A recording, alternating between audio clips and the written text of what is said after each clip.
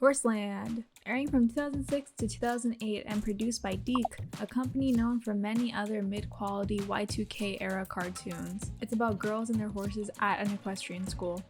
That's really it. Girls being girls and horses being horses. But sometimes, like girls. The show had 3 seasons with a decent viewership. However, I didn't watch much of this show as a kid because I really did not like it. I thought all the characters were unlikable or boring. It felt like they just stood around and talked for most episodes, and the horses made me uncomfortable. I just don't like these horse designs. Their eyes are so human. But I know a lot of people love this show, so I decided to give it a watch while making my Trolls video. Yes, I wrote the script almost 2 years ago and thought I'd never use it, so I ended up using this intro for my American Dad intro. But I still think this is a decent video idea, so I'm taking it out of the vault. Okay, I changed some of the intro up. Okay, it's not all reused. I swear I rewatched the episode. Horseland was always for younger kids and focused on teaching lessons per episode usually, and time to time they tackled more serious topics that a lot of people have looked back at now and realized, hey, wait a second. In Girl Trackers, I always loved reading all that cool Native American lore. It was my very favorite merit badge. Today's episode, Added Weight, is a part of one of those episodes. Trigger warnings for anorexia, disordered eating, body dysmorphia, and eating disorders. If you're suffering with any of these issues or know someone who is, links will be down below. Starts off with the farm pets of the show having a conversation. The pig, ironically named Teeny, mentions that she's feeling hungry after exercising, and the cat Angora responds with fat shaming her. You're always eating, and it shows. The dog, Shep, interrupts and says there's a size and shape right for everyone according to their health, leading to a flashback of our main story. Our main horse for the episode, Pepper, tells the other horses that she's been eating good and not exercising since her trainer Zoe's been gone. When Zoe does come back, she puts her saddle on Pepper and mentions how she's gained weight. Whoa, girl, looks like you've put on a few pounds.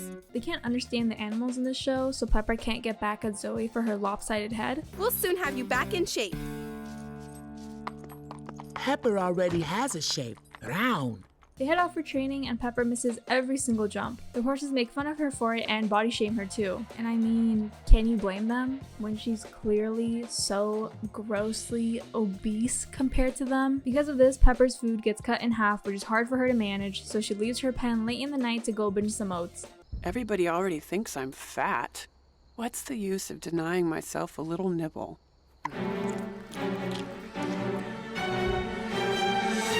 The next day, Pepper can't jump over the lake during her training and gets body shamed some more. Zoe tells her that she feels embarrassed by her and it might be better for them to not race at all after only 2 days of training. Pepper agrees that she's been eating too much and decides to make a change. I've got to stop eating so much. No, I've got to stop eating.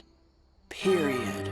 She asks other horses, Sunburst and Scarlet, to go for a run, and they respond by giving her a lecture about the importance of resting and eating. Pepper keeps on not eating and exercising like crazy, and Sunburst and Scarlet try to stop her again, but she takes this as competition, as they probably think she's going to win the upcoming race since she's so fat, and it only motivates her to keep going. So tired and hungry. Are you okay, Pepper? You look worn out. Me? Worn out? No, there's nothing like a little exercise to make you feel great. After a while, she finally loses the weight and Zoe loves her again. They make it to the day of the race and Pepper struggles for the whole race and eventually isn't able to move at all, practically fainting. Pepper lay down on the trail in the woods and won't move. I don't know what's the matter with her.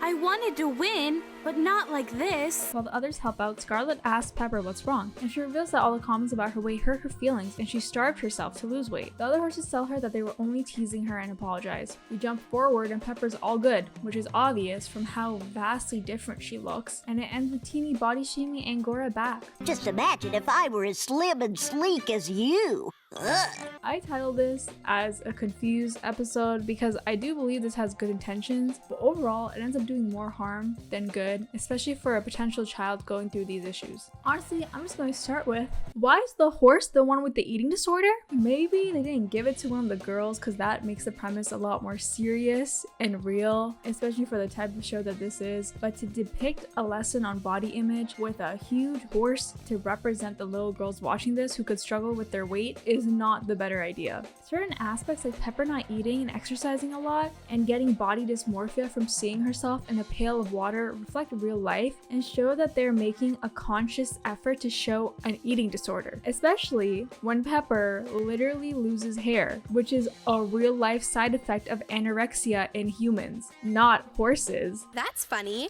This is the wrong time of year for a horse to be shedding.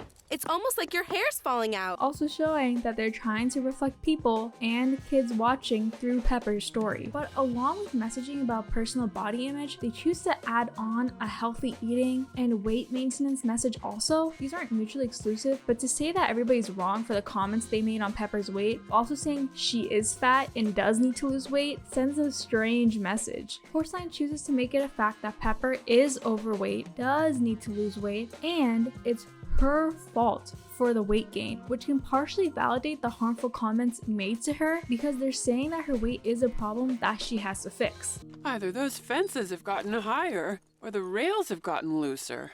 Maybe you've just gotten wider.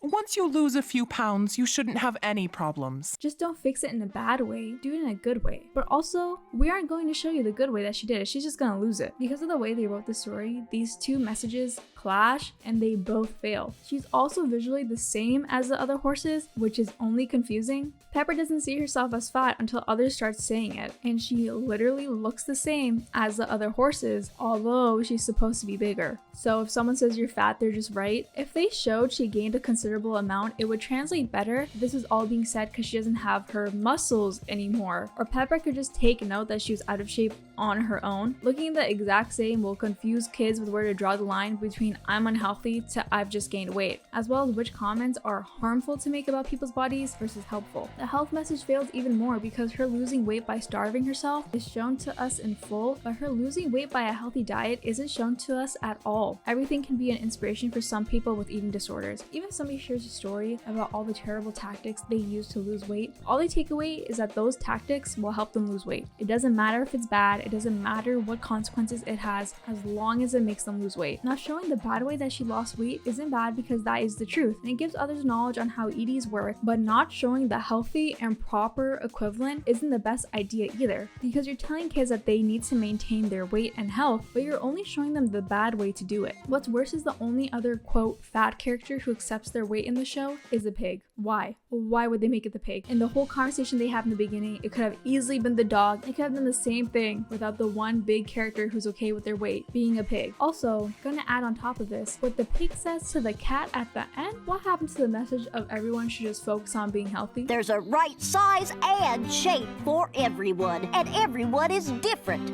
This episode is trying to do a lot at one time. It's saying love all shapes and sizes, but be healthy, but also don't use certain means to get healthy, and also love yourself. This sucks because, like I've said, this all translates to kids watching terribly. A child going through issues on body image and weight gain would take this in more harmful ways than good. They might think that comments others make about their weight must be true because the horses in the show were mean to Pepper, but they weren't wrong that she needed to lose weight. I hope Pepper's tummy doesn't hit the rail when she goes over.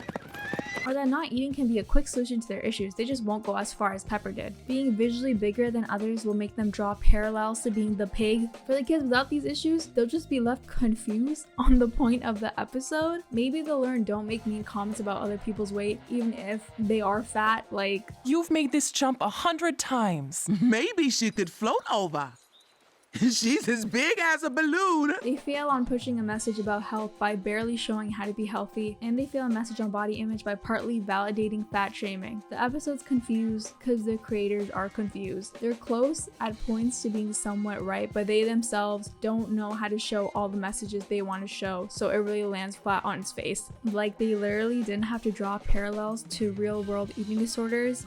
Literally at all. You didn't have to show hair falling anorexia on a horse. There was no reason to do that, but they did, and could have had dire consequences because kids internalize the things they see in media without even realizing it. And to think that Horseland could be a person's gateway into disordered eating patterns just because they didn't think about the messages they were sending and understand the topics they wanted to show is insane. At least this was better than the racism episode. Nani's heritage is Native American, so she can wear her Cherokee dress. And as the new Americans, the rest of us can do our own fresh fashionista spin on it. Is it not genius? Okay, that's the end of the video. You can support me on Patreon, and I have a Twitter and Tumblr. I never touch them, but it's all linked down below anyways. Like and subscribe, comment your fave problematic Horseland episode below. I started with my all-time fave Pocahontas costume from Halloween.